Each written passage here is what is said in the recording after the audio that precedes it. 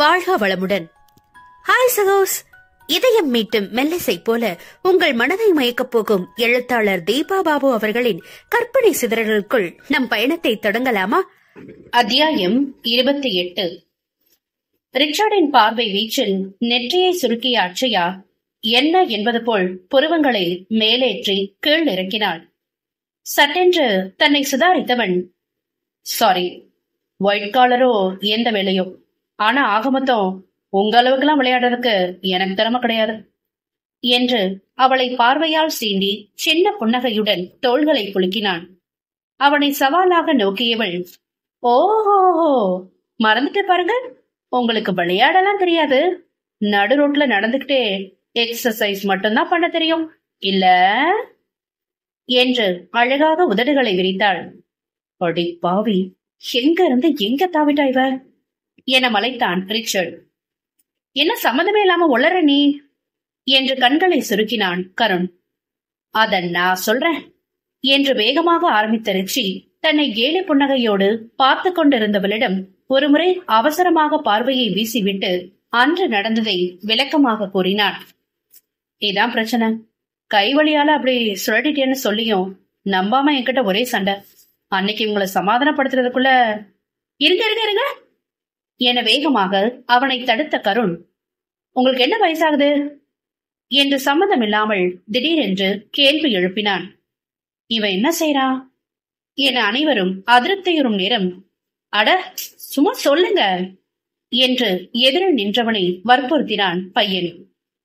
ஏன் 33 என்றான் ரிச்சர்ட் குழப்பத்துடன். அட்சயாவிற்கு விஷயம் புரிந்து கேளுதட்டை கடித்தாள். கிட்டத்தட்ட என் அண்ணாவோட வயசு, அவ உங்களை விட 5 வயசு சின்னவ, முன்பின் தெரியாதவங்களை போல மரியாதை கொடுத்தெல்லாம் பேச தேவையில்ல என்று அறிவுறுத்தினான் கருண். இருந்தாலும் உங்க ஃப்ரெண்ட் எதுவும் தப்பா எடுத்துக்கிட்டா என்று தோள்களை குலுக்கியவாறு அவள் முகத்தில் விழிகளை இருத்தினான். ஆமாமா, கண்டிப்பா, அவ சரியான ராங்கி வேற என்றவன் அவளுடைய டேய் என்ற கோவலுக்கிடையே நாக்கை நீட்டி வெறுப்பேற்றினார். கொன்று விடுவேன் என அவள் விரல் நீட்டி எச்சரிக்க, அப்போ உன்னை அவர் ஒருமையில அழைச்சதுக்கு ஓகே சொல்லு என்றான் கருண் வேகமாக. ரிச்சர்ட் எதிர்பார்ப்புடன் பார்த்திருக்க, அவ என்ன சொல்றது, நீ அப்படியே கூப்பிடுப்பா என்று அனுமதி அளித்தாள் கமலா. திரும்பி கமலாவிடம் அவன் முறுவளித்த நேரம் கருண் மீண்டும் ஆரம்பித்தான். ஏய், உனக்காவது கண்ணாமூச்சி ஆட தெரியுமா இல்லையா என்று அருந்ததியிடம் வினவினான். இவனோட விளையாடணுமா என அரண்டவள் அண்ணனின் முழங்கையை கெட்டியாக பிடித்துக் கொண்டு என வேகமாக மறுத்து தலையசைத்தாள். அச்சோ, உன்னெல்லாம் வச்சுட்டு என்னதான் செய்யறதோ என்று அவன் அழுக்கவும் சுற்றிலும் அமைதி நிலவியது. உன்னையே நாங்க சமாளிக்கிறப்போ அவளுக்கு என்னடா, உக்காந்து விளையாடுறது போல கேரம் செஸ்ன்னு ஏதாவது பாருப்போ என அவனை அதட்டி சூழ்நிலையை சமாளித்தாள் சிந்து. அவனுடைய பேச்சு அங்கே இருந்தவர்களின் மனதில் ஒவ்வொரு விதமாய் கேள்வி எழுப்பும் நேரத்தில் அதை சமயோஜிதமாக மாற்றிய மனைவியை விழிகளில் மெச்சுதலுடன் நோக்கினான் சித்து. அப்போ இந்த 2 குட்டிச்சாத்தன்களையும் கீழே வச்சுக்கோங்க, எங்க விளையாட்ட கலப்பாங்க என்றவன் தன் வார்த்தைகளுக்கு தந்தை கைவாங்கி கொண்டு வரவும் விரைவாக மாடிக்கு ஓடிவிட்டான். உங்க சித்தப்பனுக்கு இருக்கிற வாய் இருக்கே, நீங்க தாத்தா கிட்ட வாங்கடா தங்கங்களா என்று அவர்களை அரவணைத்துக் கொண்டான். சற்று முன்னர் கமலாவும் தன் பெண்ணை பற்றி இவ்வாறு புலம்பியது நினைவிற்கு வந்து யோசனையில் ஆழ்ந்தான் ரிச்சர்ட். உங்க 2 பேருக்கு இன்னும் என்ன யோசனை, அதான் ஓடி பிடிச்சு விளையாடலையே, சீக்கிரம் வாங்க என உதடுகள் கீழாக வளைய சிறு கேலியோடு அழைத்தாள் அட்சயா. இதுங்கள்ட்ட காலம் முழுக்க நல்லா சிக்கிக்கிட்டு அவஸ்தப்பட போறோம் என்ற எண்ணம் உதிக்கும் பொழுதே, ஆனால் அதுதான் தங்களின் வாழ்க்கைக்கும் சுவாரஸ்யத்தை கொடுக்க போகிறது என்று மெல்ல முறுவளித்தபடி ஆர்வத்துடன் படியேற ஆரம்பித்தான் ரிச்சர்ட்.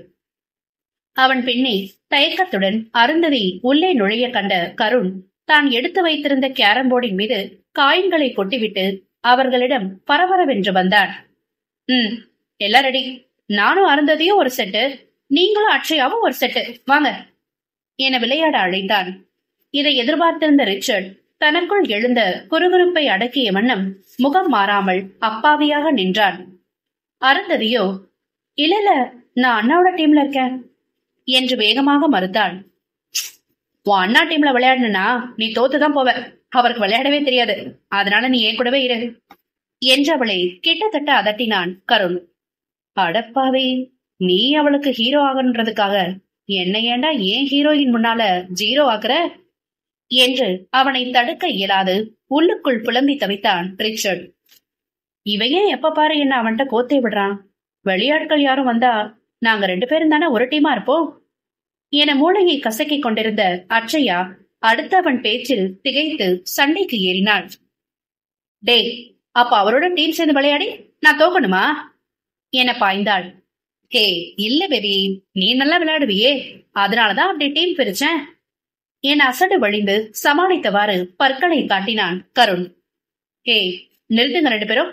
என்னென்ன ஒரேடியா மாக்காண்டே முடிவுபட்டீங்களா? சின்ன பிள்ளை மாதிரி ஓடி பிடிச்சு விளையாட வரலன்னா அதுதான் மறுத்தேன் நானு. அதுக்காக எனக்கு ஒண்ணுமே தெரியாதுன்ற மாதிரி சீன் கிரியேட் பண்றீங்க என்று இருவரையும் ஒரு சேர முறைத்தான் ரிச்சி. இதழ்களில் வெடிக்க துடித்த நகையை அடக்கியபடி, ஓ அப்ப நீங்க இதுல டிஸ்ட்ரிக்ட் லெவல் பிளேயரோ என்று விழிகளை விரித்து அப்பாவியாய் பார்த்தாள் அட்சயா. கண்களை ஒருமுறை சுருக்கி விரித்தவன் உதட்டில் உறைந்த புன்னகையுடன், ஜஸ்ட் நேஷனல் லெவல் பிளேயர், அவ்வளவுதான் என்று அலட்சியமாக தோள்களை குலுக்கினான். வாட், நிஜமாவா என ஆர்வமாக அவன் அருகில் வந்தாள் பெண். அதை ரசித்தபடி, எல்லா ஸ்கூலோட அந்த லெவலோட நின்னுச்சு. அப்புறம் மேற்படிப்புக்காக அப்ராட் போனதும் இதுல கான்சன்ட்ரேட் பண்ண முடியாம போயிடுச்சு. அப்புறம் தாத்தாவோட காலம் முதல் இன்னைக்கு வரைக்கும் வழி வழியா வளர்ந்து வர எங்களோட கம்பெனியை வளர்க்கவே எனக்கு நேரம் சரியா இருந்தது. அப்படியே பொழுதுபோக்கு நேரம் கிடைச்சாலும் இப்பெல்லாம் ஆர்வம் இருக்கிறது இல்ல என்று முறுவழிந்தான். சட்டென்ற முகம் மாறியவள், ஓஹோ அப்ப நீங்க என்ன செய்றீங்க என அமைதியாக விவரம் கேட்டாள். ஓ அதான் சொன்னனே, எங்க கம்பெனிய பாத்துக்கிறேன்னு. அத கம்பெனியோட சேர்மன் கூட இன்னும் கொஞ்சம் தெளிவா சொல்லலாம் என ஏளனமாக இதழ்களை வளைத்தாள் அட்சயா. முன்பும் அவன் தன்னை குறித்து லேசாக கோடிட்டு காண்பித்திருந்தாலும் அந்த நேரம் அவனுடைய இழப்பும் தனிமையை மட்டுமே அவளின் கவனத்தில் பதிந்து அவனுக்காக அனுதாபம் கொண்டு சற்று சகஜமாக பழகியவளுக்கு அவனின் உண்மை இல்லை தற்பொழுது தெளிவாக மூளையில் உரைத்ததும் மனதில் வெறுப்பு மூண்டது. அவளின் முக மாற்றத்திலும் வாக்கியத்திலும் குழப்பம் அடைந்த ரிச்சர்ட் என்னவாயிற்று என விசாரித்தான். ஒண்ணுல்ல. சரி கருண், அவசியம் விளையாடுமா என்ன? நம்ம மாமா கிட்ட முக்கியமான விஷயம் பேசணும், அதனால கீழே போறேன் என்று வெளியேற முயன்றவளை தடுத்தான் அவன். ஏய் அச்சு, லூசு மாதிரி பிஹேவ் பண்ணாத. அப்பா கிட்ட நீ மத்தியானம் கூட பேசிக்கலாம். ஒழுங்கா எங்களோட விளையாடு.